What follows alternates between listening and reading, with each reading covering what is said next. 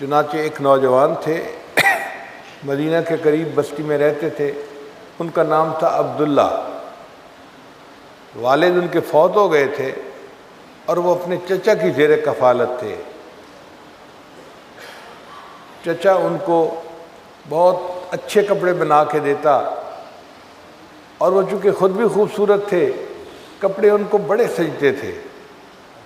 یہ عبداللہ نوجوان جب کبھی مدینہ میں آتا تو جو بندہ انہیں دیکھتا وہ حیران ہوتا، اتنا خوبصورت نوجوان اور اتنے خوبصورت اس کے کپڑے، وہ حیران ہو کے دیکھتا ہی رہتا تھا۔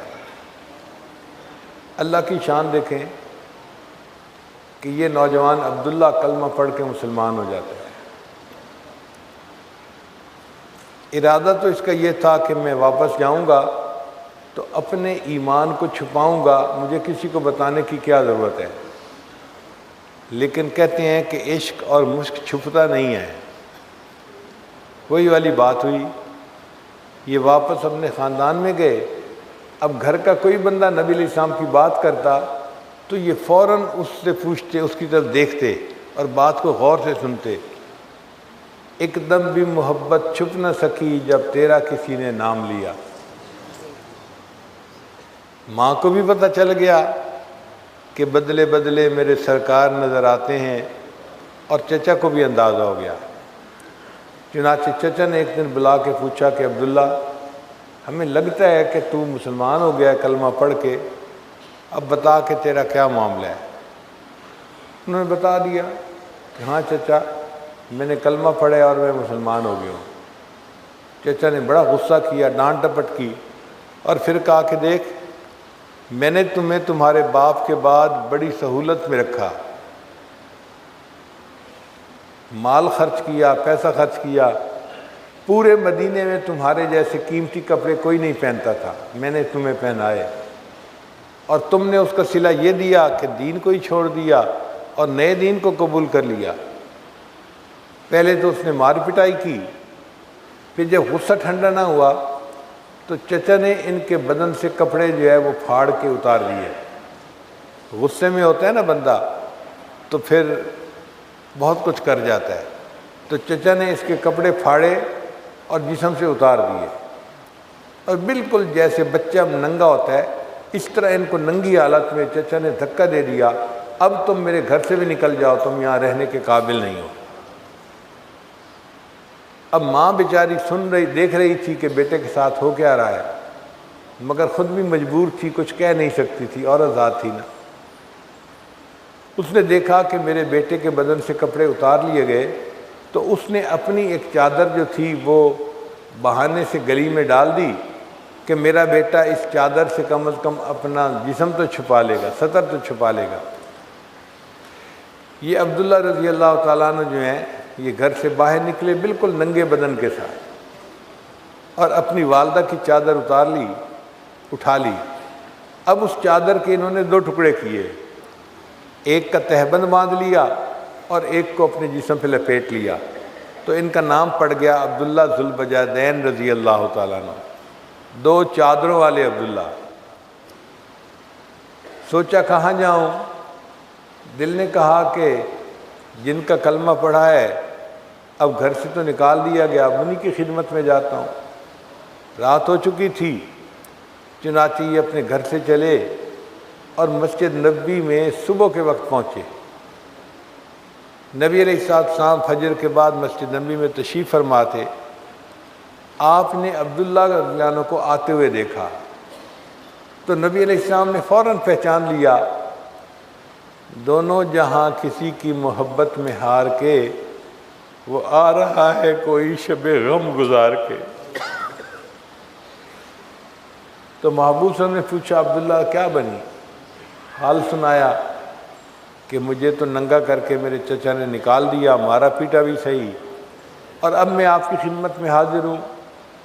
نبی علیہ السلام نے فرمایا بہت اچھا، اب اصحاب صفہ کے ساتھ تم رہو اور اپنا وقت گزارو۔ چنانچہ یہ عبداللہ ذوالبجادین رضی اللہ تعالیٰ عنہ اصحاب صفہ کے ساتھ طالب علم بن کر رہنے لگے۔ کیونکہ اللہ کی محبت پہ قربانی بہت دی تھی تو ان کے اوپر محبت الہی کا غلبہ ہوتا تھا۔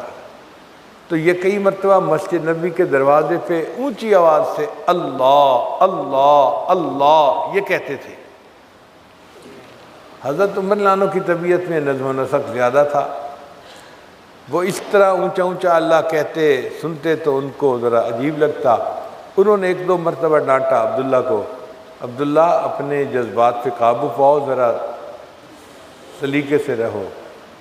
نبی علیہ السلام کو پتہ چلا تو اللہ کے حبیب نے فرمایا عمر عبداللہ کو نہ تم ڈانٹو، عبداللہ جو کرتا ہے اللہ کی محبت میں ڈوب کر کرتا ہے۔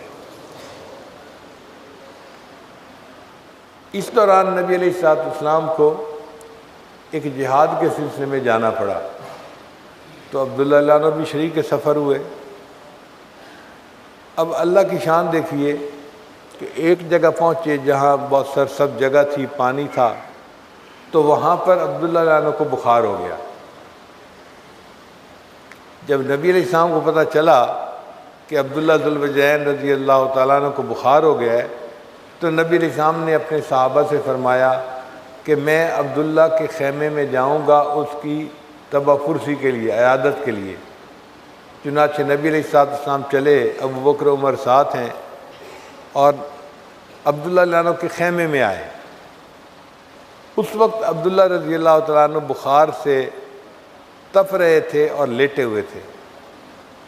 کتابوں میں لکھا ہے کہ نبی علیہ السلام جب آ کر بیٹھے تو آپ صلی اللہ علیہ وسلم نے عبداللہ عنہ کا سر تکیے سے اٹھایا اور اپنی مبارک گود کے اندر رکھ لیا۔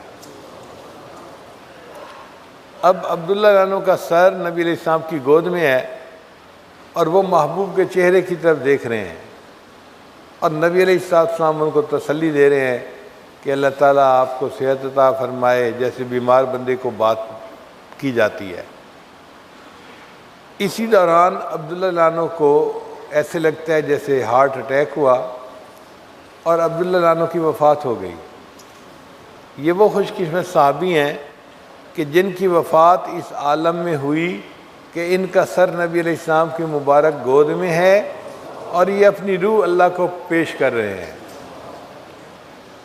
آقا تیری معراج کہ تو لوح و قلم تک پہنچا، تیری معراج کہ تو لوح و قلم تک پہنچا، میری معراج کہ میں تیرے قدم تک پہنچا۔ عبداللہ عنہ کی وفات ہو گئی۔ نبی علیہ السلام نے فرمایا صحابہ کو کہ تم عبداللہ کو نہلاؤ، اور پھر یہ بھی فرمایا کہ یہ میری چادر لو اور عبداللہ کو میری چادر کے اندر کفن دینا۔ غور کرنے والی بات ہے کہ جس بدن کو اللہ کے راستے میں ننگا کیا گیا تھا، آج اللہ تعالیٰ اس بدن کو اپنے محبوب کی چادر سے ڈھانپ رہے ہیں۔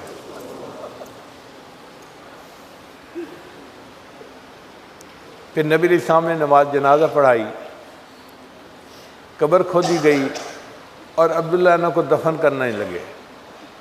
شریعت کا مسئلہ یہ ہے کہ میت کو دفن کرنا ہو تو جو قریبی رشتہ دار ہو نا وہ قبر میں اترے اور اس کو قبر میں رکھے۔ تو عبداللہ عنہ کا کوئی رشتہ دار تھا ہی نہیں۔ نبی علیہ السلام نے فیصلہ فرمایا کہ میں خود قبر میں اتروں گا اور عبداللہ کی میت کو زمین یعنی قبر کے اندر رکھوں گا۔ چنانچہ نبی علیہ السلام ان کی قبر میں اترے۔ اس وقت صحابہ کرام میں سے حضرت عمر لانو بھی تھے، ایک اور صحابی بھی تھے، انہوں نے عبداللہ عنہ کی میت کو اٹھا کر نبی علیہ السلام کے مبارک ہاتھوں میں دیا۔ تو نبی علیہ السلام نے عبداللہ عنہ کو اپنے ہاتھوں میں لے کے اپنی امانت کو زمین کے سپرد کیا، اور اس وقت نبی علیہ السلام نے کچھ الفاظ کہے جن کو عمر لانو ساری زندگی یاد کرتے تھے، اور ہمیشہ کہتے تھے کہ مجھے حسرت ہے کہ اس دن عبداللہ کی لاش کی بجائے عمر بن الخطاب کی لاش ہوتی اور اللہ کے نبی صلی اللہ علیہ وسلم اسے قبر میں دفن کر رہے ہوتے۔ صحابہ کرام پوچھتے کہ آخر آپ کیوں اس بات کو اتنا یاد کرتے ہیں؟ تو عمر لانو نے پھر بتایا کہ اس دن عبداللہ لانو کو قبر میں رکھتے ہوئے نبی علیہ السلام نے یہ الفاظ کہے تھے، اے اللہ میں عبداللہ سے راضی ہوں، تو بھی عبداللہ سے راضی ہو جا۔ اے اللہ میں عبداللہ سے راضی ہوں، تو بھی عبداللہ سے راضی ہو جا۔ اللہ تعالیٰ محنت کا بدلہ ضرور دیتے ہیں۔ جو لوگ سلوک کی محنتیں کر کے، مجاہدے کر کے، مشقتیں کر کے اللہ تعالیٰ تک پہنچتے ہیں، اللہ اس کی مکافات فرماتے ہیں، بدلہ دیتے ہیں، ان کو انعامات سے نوازتے ہیں۔ اس لیے محنت کر کے اللہ تعالیٰ کے پہنچنے والے پریشان نہ ہو کہ جی ہم تو مشقتوں میں پڑ گئے، ہم تو مجاہدوں میں پڑ گئے، پتہ نہیں کیا بنے گا۔ اللہ تعالیٰ خیر فرمائیں گے۔ جب اس نے محنت کی توفیق عطا فرمائی ہے تو اللہ تعالیٰ پھر منزل بھی عطا فرمائیں گے اور انعام بھی عطا فرمائیں گے۔ اسی طرح کی